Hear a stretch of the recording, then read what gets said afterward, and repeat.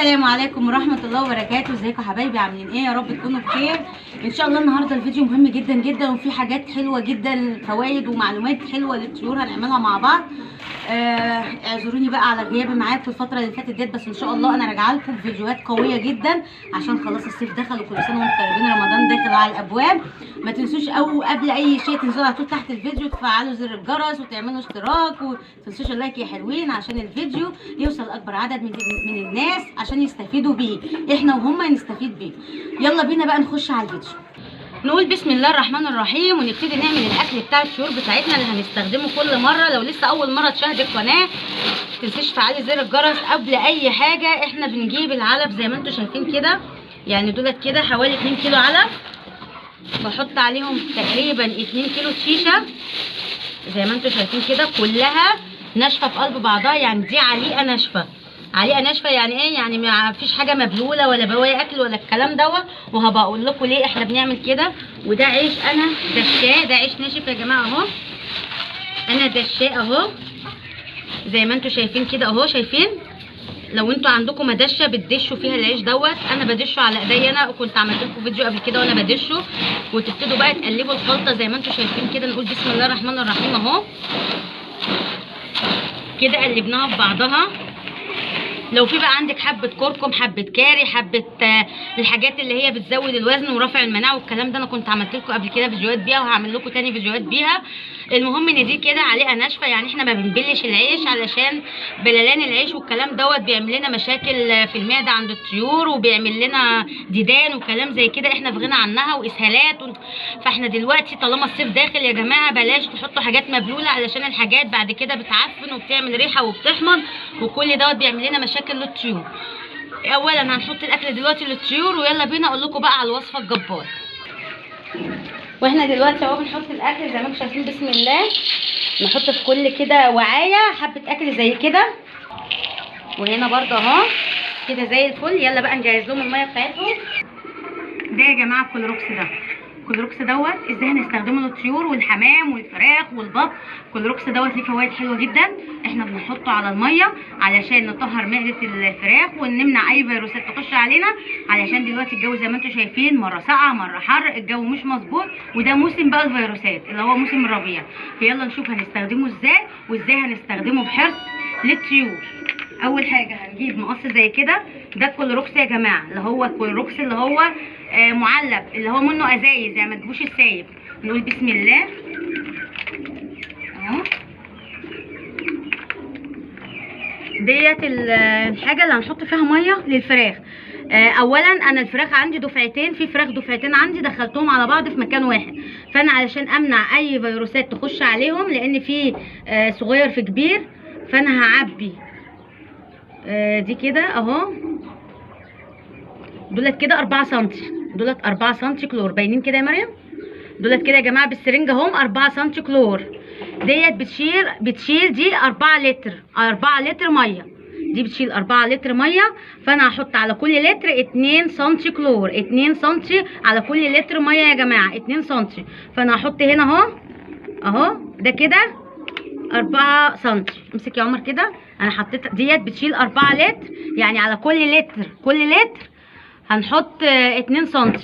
يبقى كده انا حاطه 4 لتر، يبقى كده مقدار 2 لتر، يبقى انا هحط كمان 4 لتر زيهم، 4 سم كمان، يعني على كل لتر ميه هنحط 2 سم يا جماعه، على كل لتر ميه هنحط 2 سم. ادي 2 سم تاني اهو، شايفين؟ ادي 2 سم تاني اهو.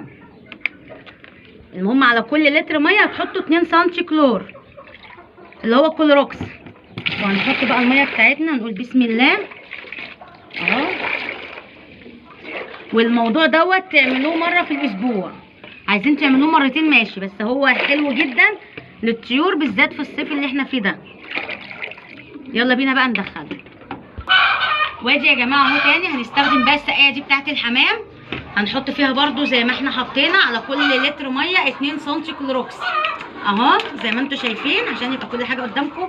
ديت برده بتشيل 4 لتر، يبقى كده 4 لتر. احسبوا بقى على كل لتر هتحطوا 2 سم اهو اهو يا جماعه زي ما انتم شايفين. انا حطيت الكلوروكس اهو، انا مش عايزه اطول عليكم عشان لسه في الفيديو حاجات تانية حلوه كتير مهمه جدا، وازاي نحافظ على طيورنا من الفيروسات، وازاي نعرف البيض فيه فأس ولا لا، عشان في ناس طلبت مني ازاي اوريكم الاجنه جوه البيضه اهو كده زي الفل. نروح بقى نحطها للحمام واجيلكم.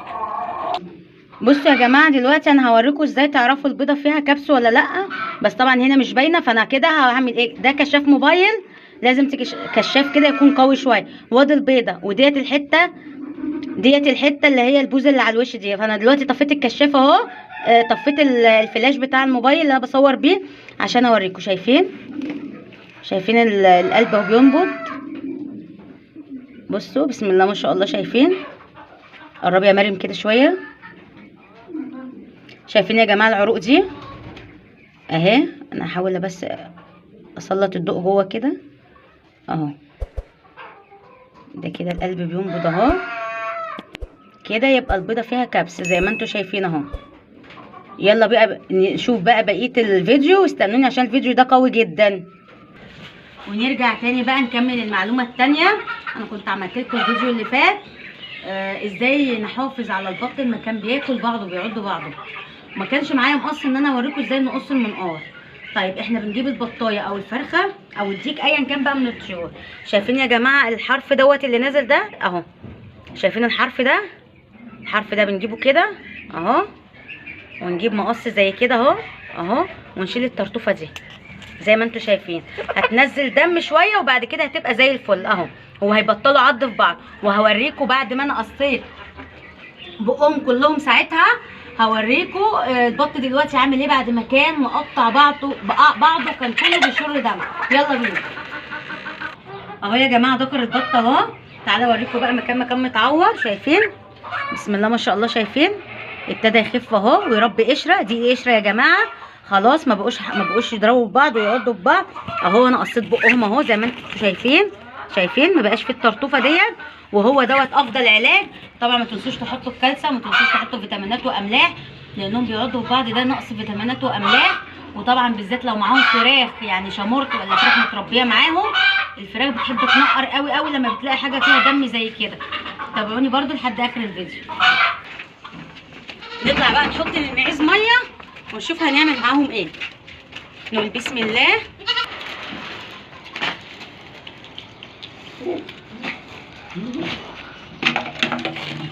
الجو حر زي ما انتم شايفين، فلازم يا جماعه الميه على طول تبقى عند الطيور وعند المعيز وعند الخزيان. ما تمنعوش الميه عنهم في الحر ده عشان ما يجيلهمش جفاف. بس كده وبكده نكون وصلنا لحد اخر الفيديو بتاعنا. ولو وصلنا لحد دلوقتي ما تنسوناش باللايك والاشتراك، واستنوني في فيديوهات جديده ومعلومات جديده. ويا رب النهارده الفيديو يكون عجبكم. مع السلامه.